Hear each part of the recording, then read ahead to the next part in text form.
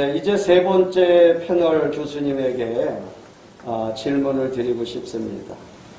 이번에는 이 서영곤 교수님에게 현재 언론 매체를 통하여 공개 검증 없이 자신의 선입견과 그리고 자신이 알고 있는 신학적 잣대로 일방적으로 기사화하고 유튜브 방송을 배포해서 노회와 또 노예 회원의 명예를 훼손하고 업무를 강요하고 교회와 목회자 그리고 성도들을 혼란을 주고 있는 문제에 대해서 우리 서영곤 교수님에게 이제 질문을 드리고 싶은데요. 우리 서영곤 교수님에게 이 주제를 드리는 이유는 서 교수님께서 또 우리 기독교 언론인 국민일보에서 중직을 맡고 계셨던 분이고 하기 때문에 언론의 생리, 언론의 그 흐름을 잘 아시기 때문에 이 질문을 드리고 싶습니다. 기독교 포털뉴스라는 매체 대표로 있는 분이 본 노예 회원인 서사라 목사를 비판하고 있는 기사가 있었습니다. 그 기사 내용을 그대로 제가 질문에 한번 표현하겠습니다. 서사라 목사는 그의 간증에서 2013년 12월과 2014년 4월에서 곧 한국 전쟁이 난다. 한국 전쟁이 나면 한국은 초토화된다라고 거짓말했어요. 곧은 이제 곧이라는 뜻인데 근데 지금 7년이 지났으니 곧이 아니잖아요. 서사라 목사는 한국 전쟁이 일어난다고 거짓 간증하여 사회를 혼란하게 하고 있습니다. 라고 말하는데 우리 서 교수님께서는 이런 비판을 긍정적으로도 볼 수 있겠지만 당사자 확인이나 공증 없이 이런 걸 언론에 공표하는 것에 대해서 또 한 언론사의 중직을 갖고 계셨고 또 신학을 연구해서 교수님으로서 어떻게 생각하시는지 말씀해 주시면 고맙겠습니다. 네. 한국에서 전쟁이 난다. 또는 전쟁 스토리. 뭐 이러한 것들은 우리가 비일비재하게 들을 수 있고 또 천국 여정에 관한 그 간증을 하시는 분들의 내용 중에 간혹 이러한 부분들이 많이 언급되고 있는 사실입니다. 이 질문은 뭐 신학적인 어떤 그 요소 중에서 나온 것이 아니고 저는 꼭 초등학생이 특히 예수를 하나님을 신앙이 없는 그런 사람들이 질문하는 내용으로 나는 그렇게 받아들입니다. 이 전쟁 이야기, 특히 우리 한국 같은 데는요, 이미 전쟁이 6.25 전쟁이 터진 이후에 지금도 전쟁 중입니다. 그렇죠. 그리고 휴전 중이죠. 종전이 아니고. 네, 이런 나라에서 사실상 우리 이런 상황 속에서는 얼마든지 이 전쟁, 우리 어릴 때도 전쟁놀이 하다가 여기까지 성장했고요. 그렇게 보면은 전쟁과는 많은 인연이 있는 나라입니다. 우리 성경에도 보면은 특히 구약은 수많은 전쟁사로 이루어져 있고 또 그것을 통해서 하나님의 주권이 또 섭리하시는 그러한 것들을 우리는 보아왔습니다. 특히 이제 신약의 요한계시록에도 종말 때의 아마겟돈 전쟁과 곡과 마곡의 전쟁이 벌어져야 끝이 오는 그러한 우리 한국과도 분명히 결코 이렇게 다르지 않은 왜 서사라 목사님을 통해서 이런 전쟁 이야기를 하나님께서 먼저 꺼냈을까 하는 이야기가 이해가 됩니다. 이런 상황에 살고 있는 우리 국민은 누가 전쟁이 난다는 소리를 우리가 하여도 크게 당황하거나 혼란에 빠지지 않는 것이 또 특색입니다. 왜냐하면 우리나라는 6.25 전쟁 이후 70여 년간 국가 안보와 전쟁을 대비하면서 살아왔고 그 결과 막강한 군사력과 경제력으로 북한의 도발에 대한 전쟁 억지력을 잘 갖추고 있는 나라 중에 하나입니다. 따라서 설사 전쟁이 재개된다 할지라도 세계 최강의 군사력을 가진 미국과의 한미 군사 동맹관계를 통하여서 능히 제압할 수 있는 철저한 전장 감시 체계와 고도의 전투 작전 수행 체계를 우리 정부와 우리 군은 잘 갖추고 있습니다. 제가 군 장교, 고급 장교로 근무를 하고 생각을 많이 했기 때문에 이러한 것을 자신 있게 말할 수 있는 것입니다. 이런 맥락에서 전쟁은 하나님께 속한다. 이 말씀 우리가 성경을 통해서 잘 알고 있는 이야기입니다. 또한 우리가 전쟁하면은 물리적 전쟁만 이야기하는 것이 아닙니다. 특히 믿는 사람은 영적 전쟁. 우리 에베소 6장에 보면은요, 하나님의 전신갑주를 입으라. 즉 금년의 첫 신년 설교 말씀에 하나님의 전신갑주를 입지 않고서는 우리가 금년 한 해 승리할 수 없다라고 설교했습니다.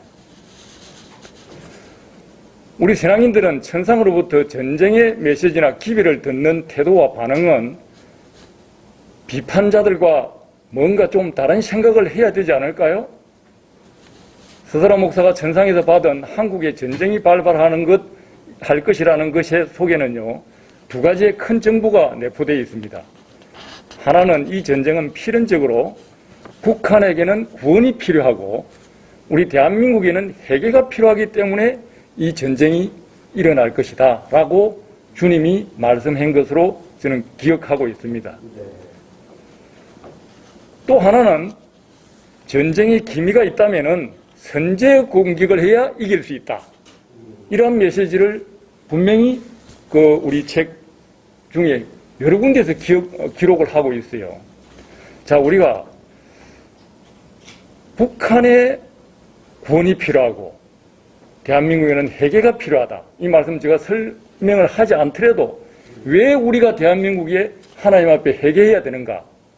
왜 북한은 가장 중요한 것이 경제지만, 먹고 사는 문제지만 그것보다 더 중요한 것은 구원이다. 왜? 그들에게는 구원이 막혀 있고 우리에게는 회개가 없는 이러한 부유 속에, 풍요 속에 누구 때문에? 하나님 때문에 잘 삶에도 불구하고 하나님 생각은 뒷전이고 내 아들, 딸 복 주세요 하는 것이 우선이기 때문에 이것은 믿는 자들에게 경계해야 하는 말씀이다 라고 저는 그렇게 보고요. 선제 공격이 왜 필요하냐? 믿는 자에게 전쟁에서 가장 먼저인 게 무엇입니까? 할 게 무엇입니까? 기도입니다. 기도는 영적 전쟁에서 선제 공격입니다. 뭐 다른 여기에 관한 이야기가 많지만 역사 속에서도 미국의 유명한 대통령이었던 장군도 실질적으로 체험을 한 그러한 책들도 저는 읽어봤습니다. 하나님께서 어떤 나라에 전쟁을 허락할 때는 반드시 주권자의 경륜적 의도가 그 속에 있다.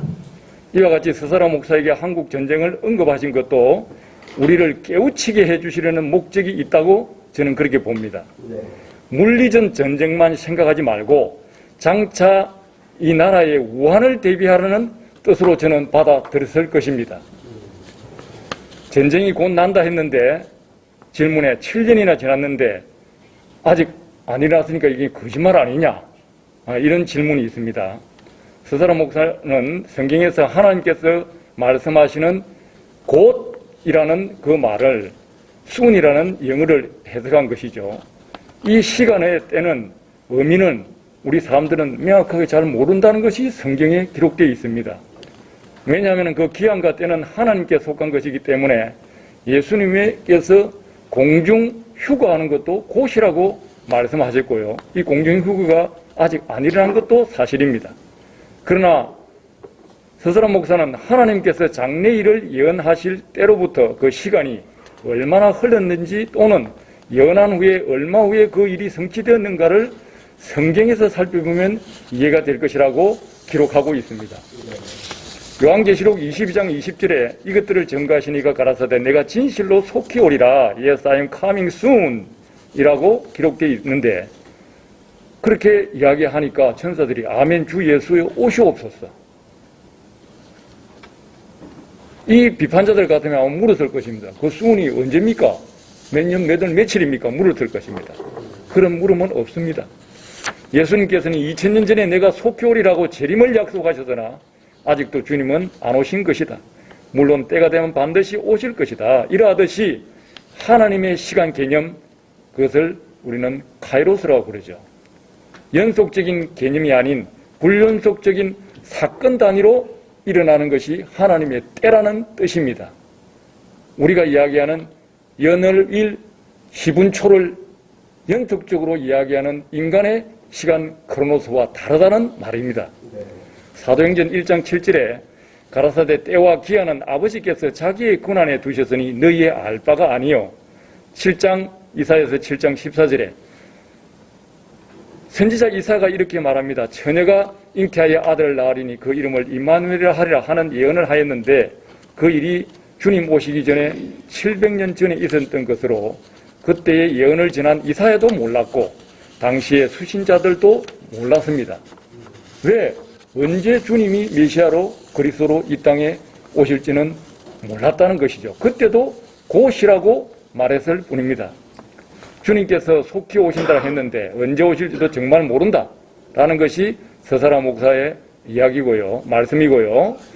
서사라 목사가 주님께로부터 받은 한국전쟁의 메시지도 곧이라고 받았으나 그가 간증을 할 때나 책에서도 연, 월, 시를 정하여서 말한 적은 없습니다. 아무리 찾아봐도 없어요. 하나님께서 주신 연이란 언제 일어날지 아무도 모른다는 것이고 실현치 아니하시는 하나님의 정한 때에 반드시 있을 것이라고 믿는 것이 신앙입니다. 그러므로 하나님께서 한국 전쟁이 곧이라고 한 것은 하나님의 시간 카이로스와 주님께서 서사라 목사의 천상적 여정, 영적 여정 중에 주신 메시지라는 것을 우리가 기억하고 우리 인간의 시간 크로노스 개념과는 다르다는 것을 재인식해야 될 것입니다. 이사야서 55장 8절에 이는 내 생각이 너희의 생각과 다르며 내 길은 너희의 길과 다름이니라 여호와의 말씀이니라 이렇게 기록하고 있습니다. 서사라 목사가 전쟁이 일어날 것이라고 7년 전에 이야기했는데 안 일어났다고 해서 이것이 거짓말 예언입니까? 이 문제를 비판하시는 분들처럼 그렇게 산수를 하듯이 육적으로 단순히 보고 듣는 대로 믿고 단정해버릴 노브레인, 문외한 내용이 아니라는 것입니다. 이것은 영적인 문제이며 듣는 자의 생각과 이해하는 수준의 문제로 볼 수가 있는 것입니다. 필자가 보기에는요, 제가 이 발표하는 사람 입장에 보면은요, 한반도에 이미 이 예언을 간증을 했던 때가 2013년 하반기고 2014년에 4월 달에 이후 총성 없는 영적 전쟁이 시작되었고 지금도 진행 중인 것으로 봅니다. 2014년에 제가 박사학위 논문을 23년부터 쓰기 시작해가지고 고민하고 있을 때인데 그때 이 세월호 사건이 일어났죠. 하나님의 징계가 내포된 전쟁이라는 표현은 눈에 보이는 물리적인 것만을 의미하는 것이 아닙니다. 2014년 이후 우리 한반도는 세월호 사건을 기점으로 대통령 탄핵과 정쟁 그리고 국론 분열과 사회 혼란 및 한반도 비핵화와 평화 프로세스 차원에서 진행된 남북미 간의 협상과 코로나19의 팬데믹 상황까지 이 나라가 전쟁보다 더한 피해 속에 처해 있는 한마디로 온 나라와 백성은 한 번도 경험한 적이 없는 땅이 혼돈하고 공허하며 흑암의 깊은 가운데 놓여 있는 현실이었습니다. 충분히 고통스러워하고 있는 것을 우리는 다 아는데 어찌 비판하는 형제들의 눈에는 이 영적 전쟁은 보지 못하는가 안타까울 뿐입니다. 지금은 하나님의 말씀빛 곧 복음이 없이는 이 엄중한 현실을 극복하고 나아갈 다른 길이 안 보이는 때입니다. 복음의 씨앗을 뿌리기도 싹을 돋게 하기도 매우 힘든 이 형국에 밤사이에 와서 가라지를 심는 마귀를 돕는 일은 이제 그만했으면 좋겠습니다. 이상입니다. 우리 교수님 설명을 들으니까 하나님의 시간 카이로스와 인간 세계의 시간 크로노스라는 개념이 쉽게 정립이 되지 않고 충돌을 하면 일방적인 이러한 그 안타까운 주장을 할 수밖에 없는 것 같습니다. 교회에서 말하는 시간 개념도 우리가 잘 이해할 필요가 있다는 것을 교수님 설명을 통해서 다시 알게 됩니다. 교수님, 서사라 목사가 도서에 기록한 내용 중에 오해를 불러일으켜 일방적으로 매도당하고 공격적인 성향을 보이는 게 하나 더 있어요, 교수님. 그것은 서사라 목사 예전 발행한 도서 가운데 지금은 그 부분이 이제 삭제돼서 없습니다. 그런데 서사라 목사 예전 글 가운데 유명한 종교개혁자가 지옥에 있는 이유에 대해서 주님께서 말씀하시기를 그 종교 지도자가 예수님의 말보다 바울의 말을 더 믿어서 지옥에 있다라는 글이 있습니다.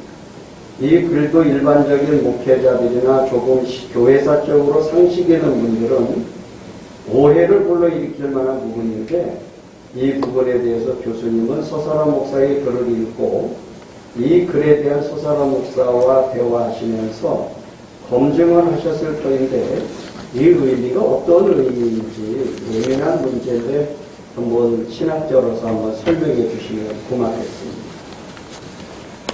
네, 우리 서사라 목사님이 여기 뭐 패널 이렇게 같이 오셨으면 제가 질문을 드려서 그 당시의 상황을 한번 리바이벌 시켰으면 좋겠는데 제가 뭐 많이 대화를 나누고 또 책 속에서 깊이 이 부분을 제가 보았기 때문에 제가 말씀을 드리겠습니다.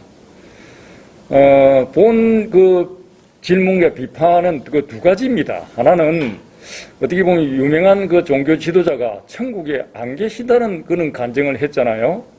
천국에 안 계신다는 것에 대해서 그 유명한 분을 우리가 다 존경하고 뭐 신학자나 목회자들이 너무나도 참 이렇게 선생으로 삼고 있는 그런 분이 천국에 안 계시니까 분노가 나타나는 거예요. 그래서 그 분이 천국에 안 계시다는 그것만으로도 이 명예훼손이다. 이제 이런 측면으로 서사라 목사님이 명예훼손을 했다. 이제 이렇게 그 비판을 했어요. 또 하나는 그가 천국에 없는 이유가 서사라 목사님이 아니 왜 천국에 안 계십니까? 이거는 서사라 목사님이 보여달라고 이야기를 한 거예요. 왜냐하면 존경하고 사모하고 목사가 이런 분을 모르고 그의 말씀을 모르면은 우리가 어떻게 목회를 하겠습니까? 아무리 하나의 말씀이더라도 신학자가 또는 유명한 종교 지도자가 하는 말씀을 많이 우리가 인용을 하거든요. 그러니까 서사라 목사님이 주님한테 두 번, 세 번 이야기했는데 안 보여주는 거예요. 그러니까 어느 날 천국에 안 계시고 다른 곳에 계신 것을 이렇게 보고 충격을 받아서 정신이 없었다고 기록이 되어 있어요. 충격을 받아가지고. 자, 그랬는데 그걸 이제 이유가 궁금할 거 아닙니까? 왜 그런 분이 천국에 안 계시냐 물으니까 주님이 그렇게 말씀했다는 겁니다. 그가 즉 종교 지도자가 나 예수보다 그 바울의 말을 더 믿고 거기에 맞춰서 우리 신학의 어떤 교리와 사상을 만들어낸 것이 아니냐. 이제 이런 이야기를 듣고 서사라 목사님이 굉장히 고심에 빠진 거예요. 처음에 들었을 때는 그게 무슨 말이냐 이렇게 할 수 있지만 아까 우리 수현 목사님께서 말씀했듯이 저도 질문이 생기면은요 성경에 묵상을 어떤 데는 한 30시간 한 주제를 놓고 3, 4일 밤을 지새워요. 저는 뭐 참고적으로 제가 늦게 목사가 됐기 때문에 이 가장 제가 레퍼런스 하는 게 이 성경 한 집에 한 23개 종류의 성경이 있는데 그 성경 전체 주석을 다 찾아봐요. 주석을 찾아보면요, 간주를 보면은요, 내가 찾는 건 없어. 싹 빠뜨려 놨어요. 내가 묻고자 하는 그 절에 대해서는 싹 피해가 버렸어요. 그리고 다 달라요, 내용이. 뭐, 이거 누가, 뭐, 나를 뭐 거짓말 한다 그럴지 모르지만, 주석이 그런 수준이에요. 예. 그래서, 이거 안 되겠다. 그거를 명쾌히 알기까지는, 잠을 자나, 눈을 떠나, 잠중에도 그 문제를 놓고 생각하다가 잠이 들어요. 그러면은 주일날 새벽에 설교를, 문을 이미 작성해놨는데 그것을 깨닫게 해줘요. 그걸 제가 많은 시간을 체험을 했어요. 그러니까 우리는 어떤 이야기를 들었을 때 선입관을 가지고 하면 안 되거든요. 또 어떤 주석을 맹목적으로 믿어서는 안 되는 거예요. 아까 우리 교수님들이 말했잖아요. 교리, 사상, 레퍼런스 할 것이 그걸 전적으로 믿으면 안 된다. 예. 그걸 저는 철저히 배웠어요. 자, 그런데 그 종교 지도자가 그런 어떤 위대한 일을 했는데 그 후학들이 잘못 가르치는 거죠. 후배들에게 잘못 가르쳐서 여하튼 결과가 이렇게 좀 곤란하게 됐다는 것이 바로 바울의 말을 더 믿었기 때문에 그것이 아까 뭐라고 그랬습니까? 뭐 아까 서영 교수님이 그렇게 말씀을 하셨잖아요. 예? 아무리 위대한 사람도 주님 앞에서는 천국에 못 들어가게 할 수 있다는 거예요. 그게 하나님의 공의예요, 공의. 자, 그런 것에 대해서 오늘 우리가 설명을 제가 하려고 하는 거예요. 당연히 천국에 있을 것으로 생각했던 분이 안 계시다는 소식은 우리를 매우 충격적이게 만든다. 저도 처음에는 쇼킹했어요. 내 자신도 그럴 수 있지 않겠나 하는 염려를 수일 동안을 했어요. 그리고 지금도 떨고 있어요. 지금도. 예. 자, 이러한 소식은 마치 저는 이런 생각을 했어요. 우리 창세기에 보면 창조주 하나님이 자기 형상대로 지으신 아담과 하와도 천국에 가지 못하게 했을 수도 있다는 것과도 매우 유사한 정황이다. 오늘 우리가 요즘 우리 질문한 것들을 분석해 보면은요, 매우 연관성을 가지고 있어요. 아, 이게 신학적인 면이 문제이면서도 뭔가 우리를 신학적인 면에서 많은 깨우침을 우리가 가져와야 된다는 그런 울림을 받는 이 질문들이다. 아, 그래서 우리가 살아가면서 또 어떤 일을 하면서 바람을 맞지 않고 피는 꽃은 없듯이 우리 서설한 목사님도 이렇게 여러 가지 상처를 입고 마음에 가슴이 아프고 저도 사실상 논문을 2편을 썼습니다만은도 그 논문 써놓고 이렇게 힘들 줄 몰랐어요. 솔직히 내가 살 다 빠졌어요. 예. 아니 그냥 쓰면 그걸 다 믿을 줄 알았는데 계속해서 이러한 질문이 일어나고 사람들을 놓고 가서 직접 설명을 해도 자기 생각을 안 바꾸고 남의 말은 듣지 않는다는 것이 자기가 듣고 싶은 것만 듣는 것이 우리 인간의 본성이구나 하는 것을 다시 한번 깨닫게 된 것입니다. 자, 비판을 하신 질문으로 다시 돌아가서 명예훼손권에 대해서 말씀드리면 첫째, 초기 간증책에서는 하나님께서 보여주시고 말씀하신 그대로 순종한다는 마음에서 서사람 목사께서 실명으로 발간되었던 것을 곧 바로 수정하여 현재의 개정판에서는 실명은 없고 종교 지도자로 정정에 올려져 있기에 고의적이고 불순한 마음으로 특정인의 명예를 훼손한 것으로 볼 수 없다라는 것입니다. 둘째, 서사람 목사는 간증책에서 유명 종교 지도자에 대한 신상을 의미하는 인신공격이나 명예를 훼손하는 언행을 한 번도 한 적이 없고 저는 그것을 잘 보았습니다. 명예훼손과 그분을 비판했다는 주장은 사리에 맞지 않는 비판하는 분의 억측일 뿐입니다. 다음으로 본 질문의 우리 핵심인 서사람 목사가 주님께서 그 종교 지도자가 내 말보다 바울의 말을 더 믿어서 천국에 없다라는 그 말씀하신 의미를 다시 한번 변해해 드리고자 합니다. 예수님께서 많이 인용한 우리 앞에서도 마가복음 9장 43절에 내 손이 너를 범죄하게 하거든 찍어내고 불구자로 영생 천국에 들어가는 것이 두 손을 가지고 지옥에 던져지는 것보다 낫다라고 말씀하셨죠. 이 말은 무엇입니까? 우리 모두는 죄인이고 죄인을 그대로 두면은 우리는 지옥으로 갈 수밖에 없는 게 성경 말씀이에요. 하나님의 공의예요. 자, 그렇기 때문에 그걸 찍어내야 돼요. 네, 내 손이 지었기 때문에 손을 찍어내야 된다는 거죠. 우리가 직접 합병을 쓰면은요. 그 말은 우리가 다른 말로 이야기하면 뭡니까? 우리 주 예수 십자가의 그 의와 철저한 해결을 통해서 우리는 이런 것을 주님의 은혜로 죄인임에도 불구하고 아까 쑥떡마도 못한 우리가 천국에 갈 수 있다는 요건을 제시하는 것이죠. 사실은 서사람 목사와 이것을 검증하기 위해서 이야기도 했고 또 책을 면밀히 살펴보니 서사람 목사에게 주님이 어떻게 가르쳐 주셨는가 하면 종교 지도가 천국에 없는 이유를 아까 제가 설명했죠. 마가복음 9장 조금 전에 읽은 43절 이하보다도 이러한 것보다도 하나의 행위적이면서 우리가 성결과 이 온전함과 성숙함에 이루지 못한, 즉 믿음만은 가지고 우리는 온전한 구원을 이룰 수 없다는 것을 이야기하는 뜻이죠. 바울의 이신청의는 무엇입니까? 우리가 구원을 받는 데는 전제 조건 1번입니다. 그러니까 선이신청의로 우리가 구원을 받고 그 구원의 완성은 아직까지 난 예시예요. 이를 이루기 위해서 우리는 온전함과 성숙함으로, 아가서가 왜 나왔습니까? 아가서는 믿는 사람이 온전함과 성숙함에 이르도록 그리스도의 신부로 자라가게 하는 거예요. 그걸 갖다 크리스찬 퍼펙션이라고 그러죠. 크리스찬은 이 온전함과 성숙함이 없이는 하늘나라에 들어갈 수 없다는 것을 여기서도 말씀하고 있다는 것입니다.